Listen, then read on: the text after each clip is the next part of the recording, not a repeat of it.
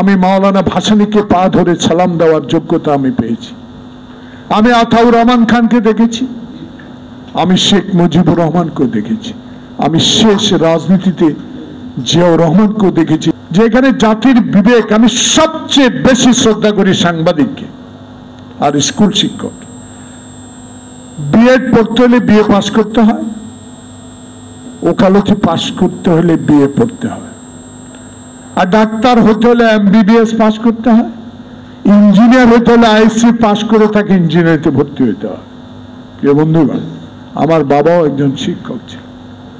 আমি আজকে নিজের বুকে অনেক দুঃখ আছে।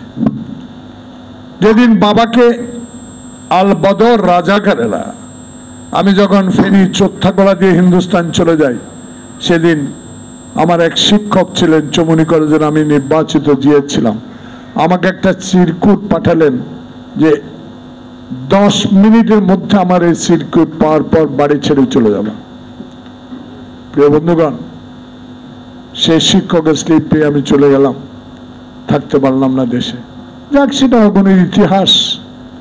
আজকে সেই ইতিহাস বলার কারণ, বাংলাদেশের রাজনীতিতে যে পরিস্থিতি এখন বিরাজমান, আমি ক্ষুদ্র ব্যক্তি, আমার কোনো বুদ্ধি নাই, আমি এত বড় শিক্ষিতও না, এত বড় গুণীজন ব্যক্তিও না, কিন্তু আমি একটা জিনিস দেখেছি, আমি মাওলানা ভাসানীকে পা ধরে সালাম দেওয়ার যোগ্যতা আমি পেয়েছি।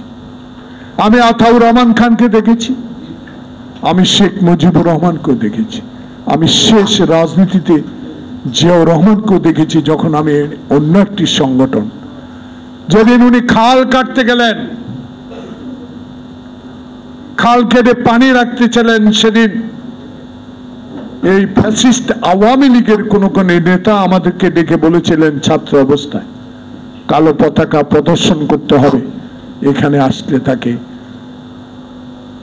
আমি সেদিন প্রশ্ন করেছিলাম সেই নেতাদেরকে, প্রিয় বন্ধুগণ, কেন, কি কারণে একজন রাষ্ট্রপতি আসবে, একটা গ্রাম অঞ্চলে একটা খাল কাটবে, পানি থাকবে,